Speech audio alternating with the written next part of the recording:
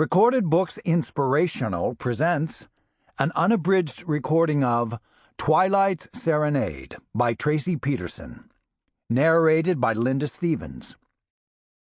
This book is copyrighted 2010 by Tracie Peterson.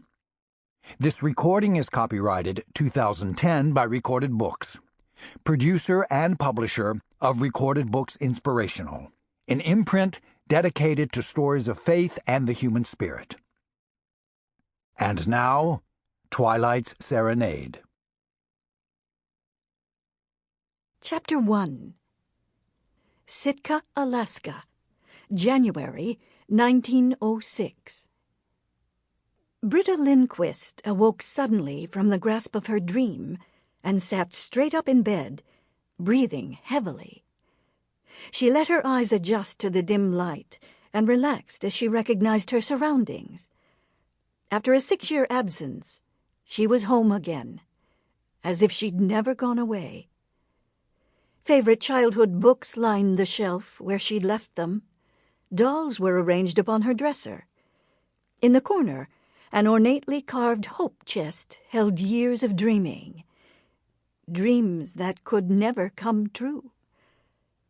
Mother had once told her that if one dream seemed to be unobtainable, a person could always dream a new dream. And Britta had tried. God alone knew how much she wanted to clear her head and heart of the old and welcome in the new. Still, it seemed no matter how far she journeyed from home, no matter what new challenge she tried, nothing diminished her longing. "Britta? Britta, are you awake?" A tentative voice whispered. "Come in, Kay." The door opened, only enough to allow a dark-haired woman to peek inside. Kalage, or Kay, as Lydia had nicknamed her, had been with the Lindquist family for the past 15 years. Orphaned at the age of 13, Kay had been called a child of the beach by her mother's people, though it was by no means a term of endearment.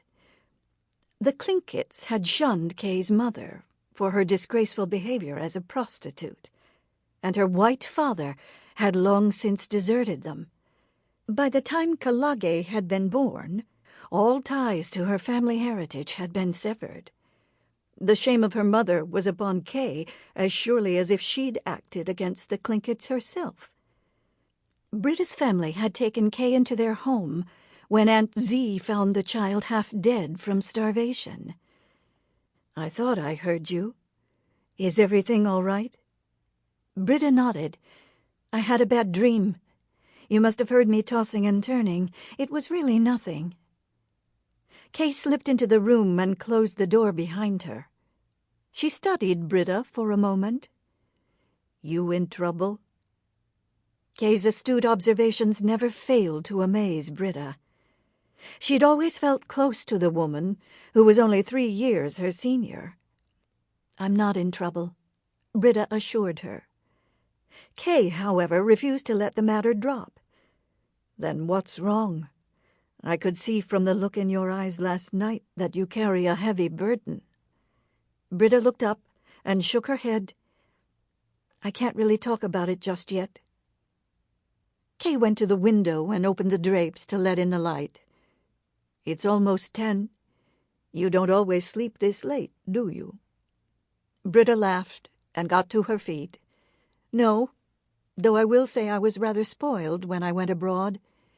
Europeans never seem to have the same sense of urgency that we Americans embrace. While in England and Germany I sometimes slept late.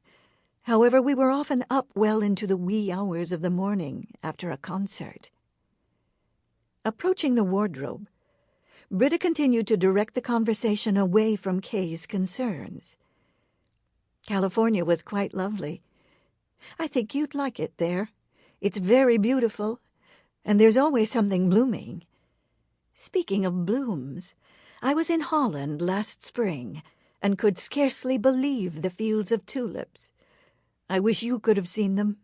They took up positively acres and acres."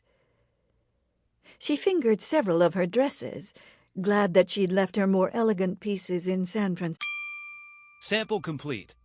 Ready to continue?